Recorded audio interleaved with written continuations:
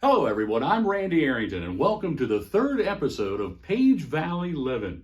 We're here today in the first floor rather, of the Page County Government Center on South Court Street in Luray, where later we'll be talking with Page County Voter Registrar Carol Gaunt about the upcoming election day on November 7th, as well as how many ballots have already been cast, what you need to bring to the polls on election day, and the process that a ballot goes through to get certified.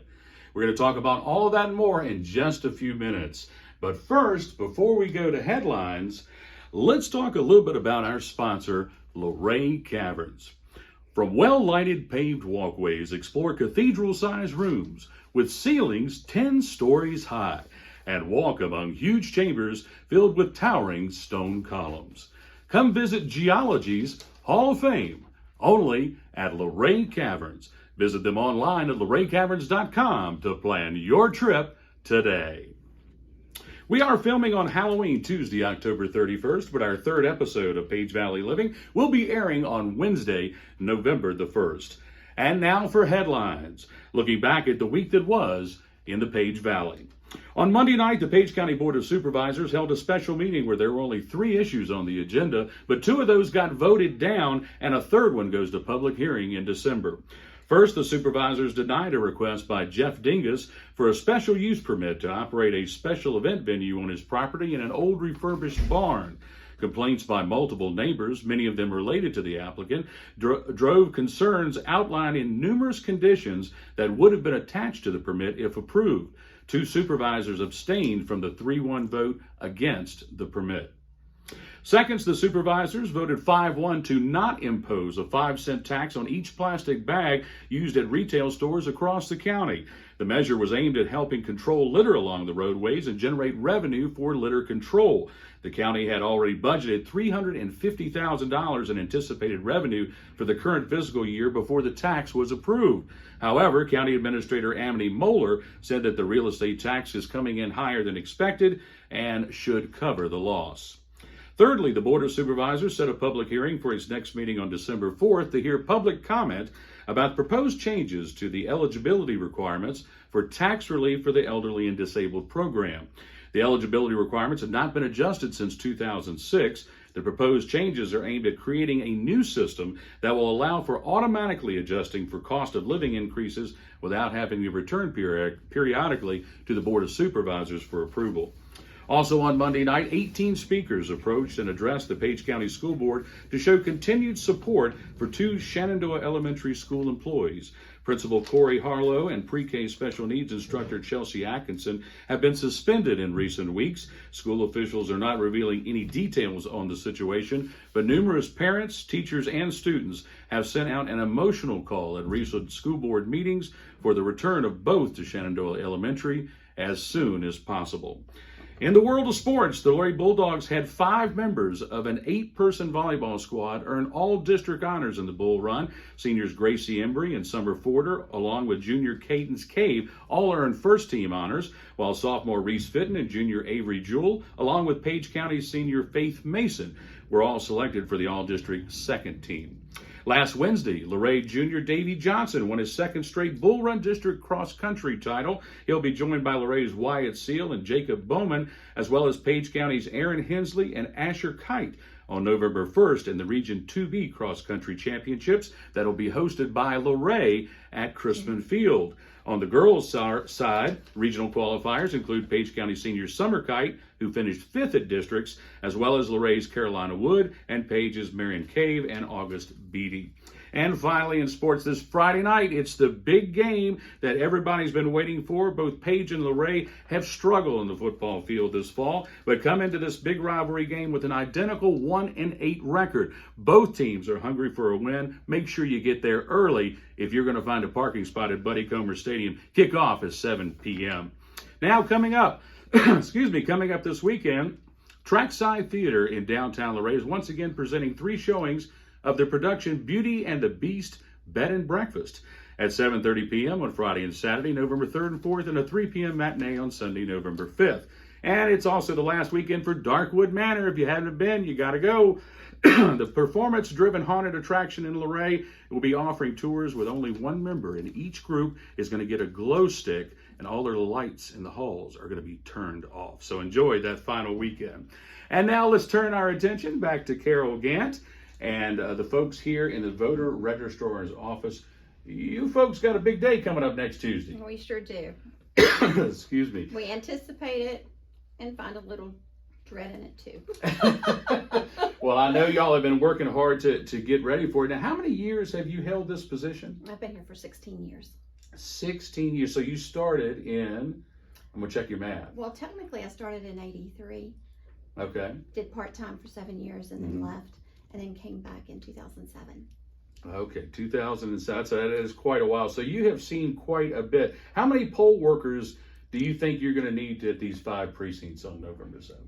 Ideally, I'd have at least 40 that go out to the polls, and then I have another 3 that stay here and do the absentee precinct. Right now, I'm pretty close on that number, but I could use a few more. You could use a few more. So now if somebody sees this and they want to step up before November 7th, how can they volunteer to work at the polls? Give us a call, email us, go online to elections.virginia.gov. Tell them you want to be a poll worker. They'll send it to us. But we'd be more than happy to have anyone that's interested come in and go through the training, and we'll set you up with a polling place. Well, now, as I said, we're filming here on Halloween. We're about 7 days out from the election. So far, how many ballots have already been cast in the election? We have already cast 1,530. 1,530. Now, or is that mostly in person? That's mostly in person. And do you still have some absentee ballots out to come back in? We have about 140 absentees that went out by mail that haven't come back yet. 343 have already been processed of the mailed ballots. Now, this being a local election year, you know, you would think if turnout is related to signs and yards, boy, it ought to be through the roof. It should be. But now, do you notice in local election cycles, do they get the same spike that you see with presidential election years? I don't think anything gets what we get in a presidential year. In 2020, we hit 75% turnout. Wow, 75%. Yeah, and this local election, a like year for this election, in 19 or 15 was roughly 44-48%. And that's typical. That mid 40s, upper 40s is kind of usual, but it spikes in presidential election years. Yeah. So if we had to guess, we've got 17,000 some registered voters, 8,000, 9,000 voter turnout. What do you think? Maybe 9,000. You don't think we'll get to 10 with that heated sheriff's race and all these things? We really thought it would start out strong with the early voting, and we've seen it kind of steady. And the last 2 days have seen a pickup naturally, but we still haven't hit 10%. Interesting. Well, I think 8,000 or 9,000 is probably ballots cast is probably a pretty good guess. May not reach that 10,000 mark like we did in 2020. You said there was over 10,000 votes cast that year, which of course was 75% turnout. That is huge.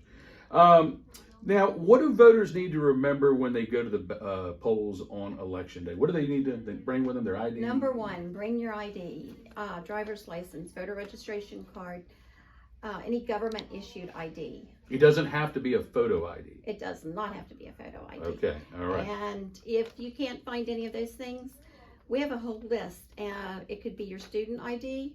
It could be the address off of your bank statement, your utility bill. Okay. We just need to prove your residency. And it's about the address as much as you have the name and the address. That you're in your precinct. Okay.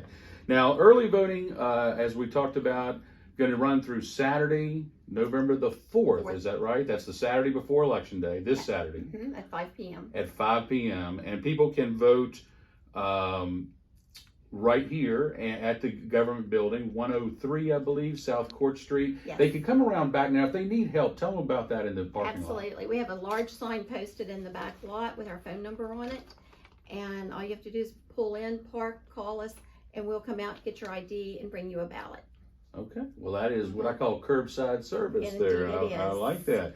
Now, we've told everybody about the deadlines and everything. One thing, what is the cutoff if they're voting by mail? Oh, that's already passed. That has already passed. Okay, yeah, so that... we sent out the last of the ballots on the 27th, Okay. And everything that's coming back to us needs to be postmarked on or before Election Day, November 7. Okay. Well, we've got everybody now prepped. We told them all the requirements and the dates and the deadlines. We've got them ready to vote. Let's talk about what happens once that ballot goes into one of these machines. Now, this is a spare. So as you can see, it's got the top still on it. It's locked. It's secure. But once people put it in there and you hear that, it goes in there. Mm-hmm. What happens to that ballot? What processes does it go to be certified that protects the integrity of our process? Okay. When the polls close at 7 o'clock, the officers of election will open the bin on the bottom and box everything that's in there. They print the tape off on top. Let me stop. Okay. Let me stop you right there. So you said not until after the election's over do these boxes get taken out. Right. Is that true even of the machine that is here for the in-person voting? Yes. So no ballots are touched after they leave the voter's hand until after 7 p.m. on Tuesday, November 7th, and then they take them out. And then I'm sorry I interrupted you. No, what that's happens fine. then? They box them, seal it. Two of the election officials sign off on the seal that we know it's not been tampered with when it comes to us that night later. But the tapes print off and show us what's in those boxes, what the counts are. Then the officer of election returns them to us on election night, where we'll put them away until the electoral board meets the next morning. On the 8th. 8th. Okay, and then let's take it a step further. Okay. What happens with the ballots then? The electoral board meets. The board meets. They will do the provisional ballots if there are any, and we'll add those to the counts if we need to. They'll go into a separate container that we'll sign off on that says this is who did it and we know this is for real. It'll go with the rest of the ballots, and then when the canvass of votes is over, everything will be transferred to the clerk of court for storage. Very well. So it is a pretty sound system that goes through multiple checks and balances and pretty sound system. There's a chain of custody that you can follow everything. When we send them out to the precinct, the officer of election chief has signed for how many she's getting for that precinct. And when they come back and we do the canvass the next day, you can add the sheets up and say, oh, well, they spoiled 5 ballots that weren't used. We got this many back and we got this many voted, so all the ballots are accounted for. Every single piece of paper is accounted for. Very well, very well. Mm-hmm. Well, we're gonna keep going here in just a minute. We're gonna play a little game called 5 W's, where you stick 5 W's. Will you stick around with us just for a moment and play the game? I can do that. All right, appreciate that very much. And right now, we're gonna take a quick moment just to recognize our sponsor once again, Luray Caverns.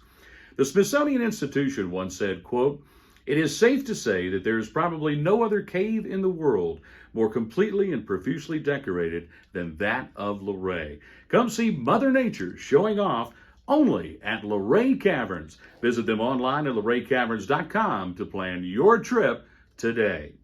And now let's go back with Carol Gaunt and talk about the 5 W's. Now, this is a little game. We're just going to ask you questions of who, what, when, where, and why. And we're going to start off with, you mentioned the Page County Electoral Board. Who is the Electoral Board and what do they do? It's a group of 3 that are court appointed. The 2 parties, the Democrats and the Republicans, make up the contingency of it. Whoever's in the governor's mansion has 2, the other party has 1. And they serve 3-year terms with rotation. So currently we have 2 Republicans and 1 Democrat. Right, and there's a rotation so that you've always got some experience on the board.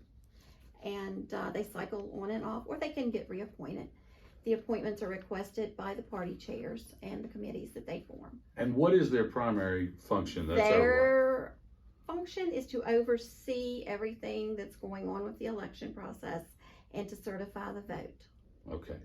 Now we're going to repeat some information, but I think this is important. When is the last day to vote early in person? The last day will be Saturday the 4th, and we're going to be open from 8:30 to 5 p.m. It'll be downstairs in the County Administration Building at 103 South Court Street. There you go. And you already hit my where. So you got the when and the where right there. So now the why, and this is an important one.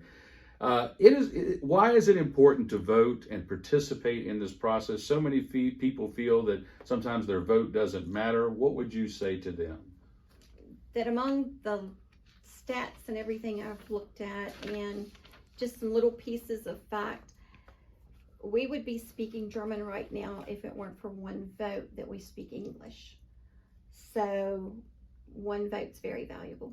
Is that right? Can you Yeah. expand on that a little bit about it? I kind of actually have forgotten the details, but even locally, the mayor's race was won by one vote a few years back. That is correct. Ralph Dean, I Yes. remember. Ralph Dean kept his seat by one One vote. vote. And we remember what happened back in 2000 in Florida with the presidential Mhm. election. So yes, one vote can definitely make the difference. That's It a good does. that's a good way for us to end. Thank you so much, Carol. Thank you Carol for having Gaunt, us. voter registrar for Page County, for being with us today. Stick with me right here as we close out. We'd also like to thank Eleanor Arrington for all of our behind the camera work today. And next Wednesday, we're going to be reviewing the results of the big day coming up next Tuesday, and we'll talk results. Maybe, if possible, get face to face with some of the winners and maybe even some voters if we can. If you enjoy the show, make sure you hit that like button, share it with a friend, and please hit that subscribe button on our YouTube channel. Please have your pet spayed and neutered, and don't forget to visit our furry friends down at the Page County Animal Shelter and help them find a forever home. Until next week, I'm Randy Arrington saying, enjoy that Page County living.